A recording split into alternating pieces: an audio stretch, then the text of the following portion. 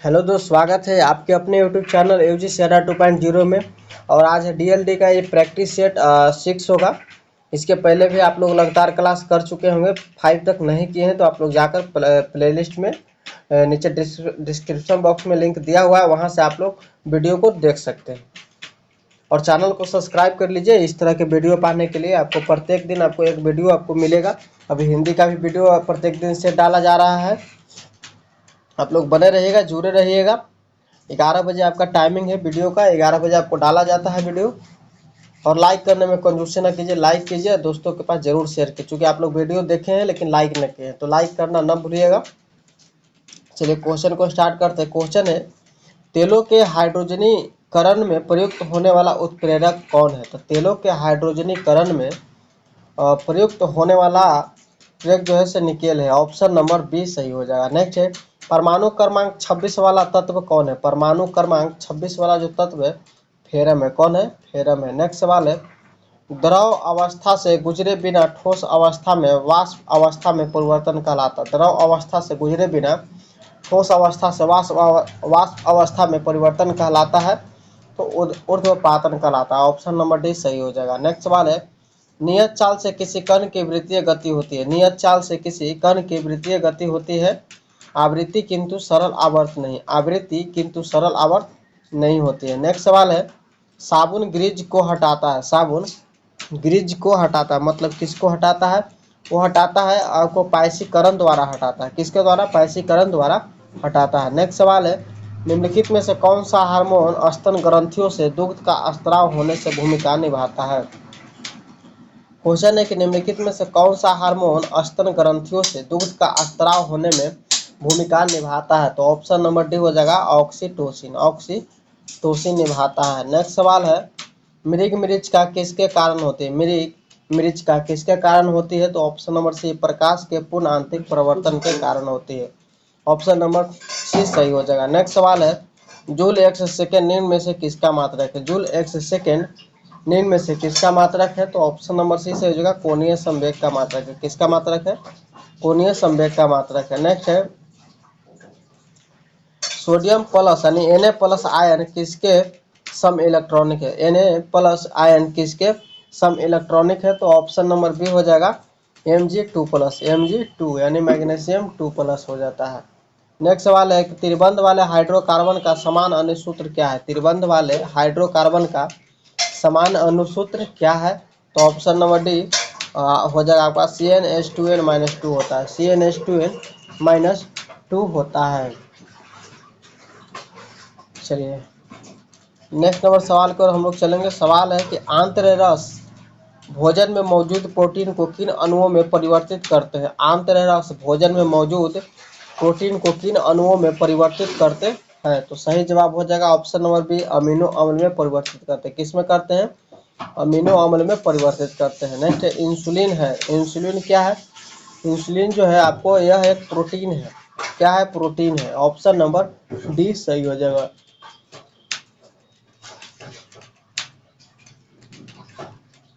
Insulin के कमी से कौन सा रोग होता है? तो मधुमेह रोग होता है। ये भी आप लोग याद रखिएगा। नेक्स्ट नंबर सवाल की ओर चलते हैं। आप लोग लाइक कम से कम फटाफट से कर दिए, नहीं किए हैं तो। और नेक्स्ट नंबर क्वेश्चन आपका है कि बीटा कण क्या है? बीटा कण क्या है? तो यहाँ पर ऑप्शन नंबर यहाँ पर हो जाएगा सी इलेक्ट्रॉन है। क्या है? इलेक्ट्रॉन। बीटा कण क्या है? इलेक्ट्रॉन है। नेक्स्ट नंबर सवाल है कि हाइड्रोजन का कौन सा समस्थानिक भारी जल में होता है? हाइड्रोजन का कौन सा समस्थानिक भारी जल में होता है? तो ऑप्शन नंबर बी हो जाएगा 1H2 होता है। क्या होता है? 1H2 होता है। नेक्स्ट सवाल है, क्षय रोग किसके कारण होता है?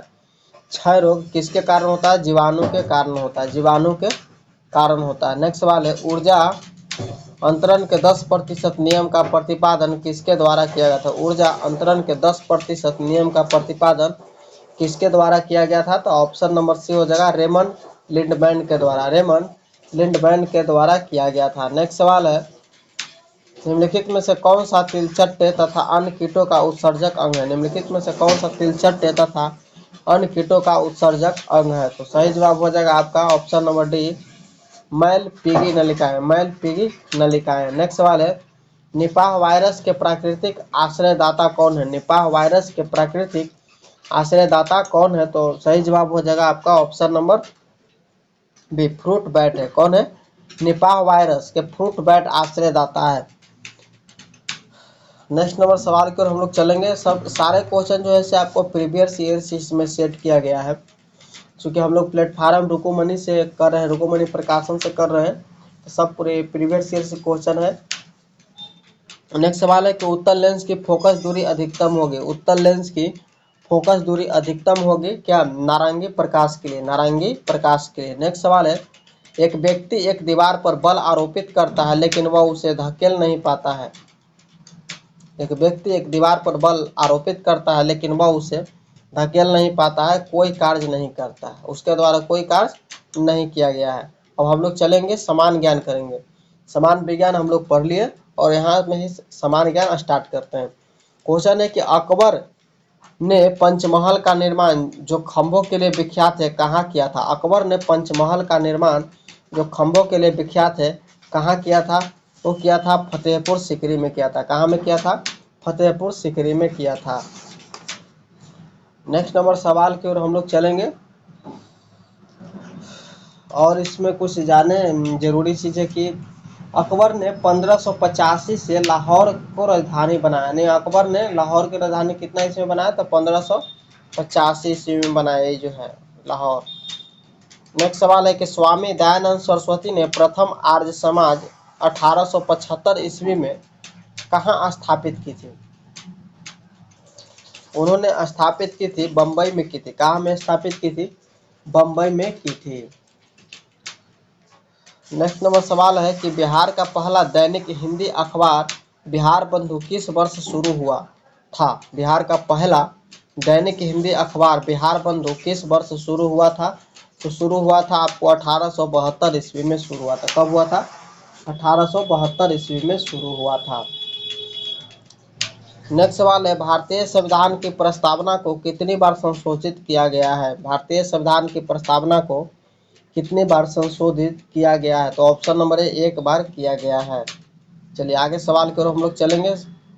सवाल है कि निम्नलिखित में से कौन सा अधिकार केवल राज्यसभा को प्राप्त है? निम्नलिखित में से कौन सा अधिकार केवल राज्यसभा को प्राप्त है? तो सही जवाब हो जाएगा ऑप्शन नंबर सी, नई अखिल भारतीय सेवाओं को निर्मित करने की संस्तुति करना। नई अखिल भारतीय सेवाओं को निर्मित करने की संस्तुति करना। नेक्स्ट सवाल है, कौन सा समिति कृषि पर जोत कर लगाने की सिफारिश किया था? कौन सा समिति कृषि पर जोत कर लगाने की सिफारिश किया था? तो सही जवाब हो जाएगा ऑप्शन नंबर बी, राज्य समिति। क्या हो जाएगा? राज्य समिति। नेक्स्ट है कि निम्न उपायों में से कौन सा भारतीय भुगतान संतुलन स्थिति को सुधारने में सक्षम नहीं है? निम्न उपायों में से कौन सा भारतीय भुगतान संतुलन स्थिति को सुधारने में सक्षम नहीं है? तो सही जवाब हो जाएगा ऑप्शन नंबर डी, निर्यातों पर अधिक कर लगाना। निर्यातों पर अधिक कर लगाना। नेक्स्ट सवाल है, हड़प्पा किस नदी के किनारे स्थित है? हड़प्पा किस नदी के किनारे स्थित है? तो वो रावी नदी के किनारे स्थित है। किस नदी के किनारे स्थित है? रावी नदी के किनारे स्थित है। नेक्स्ट सवाल है, भारतीय बजट प्रणाली का जनक किसे कहा जाता है? भारतीय बजट प्रणाली का जनक किसे कहा जाता है? तो option number A, James Wilson को कहा जाता है। किसे कहा जाता है? जेम्स विल्सन को कहा जाता है। नेक्स्ट सवाल है, राज्य संघों का संघ कौन सी राजनीतिक विचारधारा इस वक्तव्य का समर्थन करती है? राज्य संघों का संघ कौन सी राजनीतिक विचारधारा इस वक्तव्य का समर्थन करती है? तो सही जवाब हो जाएगा ऑप्शन नंबर ए, बहुलवाद करती है। नेक्स्ट सवाल है, निम्न में से संविधान के द्वारा क्या सुनिश्चित किया जाता है? निम्न में से संविधान के द्वारा क्या सुनिश्चित किया जाता है? तो ऑप्शन नंबर डी हो जाएगा सही, उपरोक्त में से सभी किया जाता है। जिससे कार्यपालिका की शक्तियां, शासक एवं शासित के बीच संबंध, सरकार के विभिन्न संस्थाओं के बीच संबंध एवं उनकी संरचना एवं संगठन किया जाता है। नेक्स्ट सवाल है, 2011 की जनगणना के अनुसार 2001 से 11 के दशक में जनसंख्या वृद्धि दर की प्रतिशत क्या थी? तो सही आंसर हो जाता है ऑप्शन नंबर बी, 17.64 थी। 17.64 थी। नेक्स्ट, 1857 की क्रांति कहाँ से शुरू हुई? तो सही जवाब हो जाएगा ऑप्शन नंबर सी, मेरठ से शुरू हुई। कहाँ से शुरू हुई? मेरठ से शुरू हुई।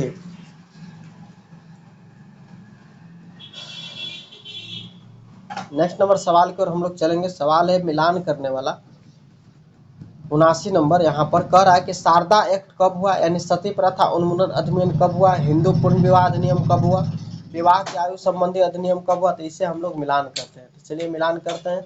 जैसे शारदा एक्ट आपका 1929 ईस्वी को हुआ। कब हुआ? शारदा एक्ट जो है 1929 ईस्वी को हुआ। नेक्स्ट है सती प्रथा उन्मूलन। सती प्रथा उन्मूलन अधिनियम जो है कब हुआ? तो मैं इसे कलर से चेंज कर लेता हूँ।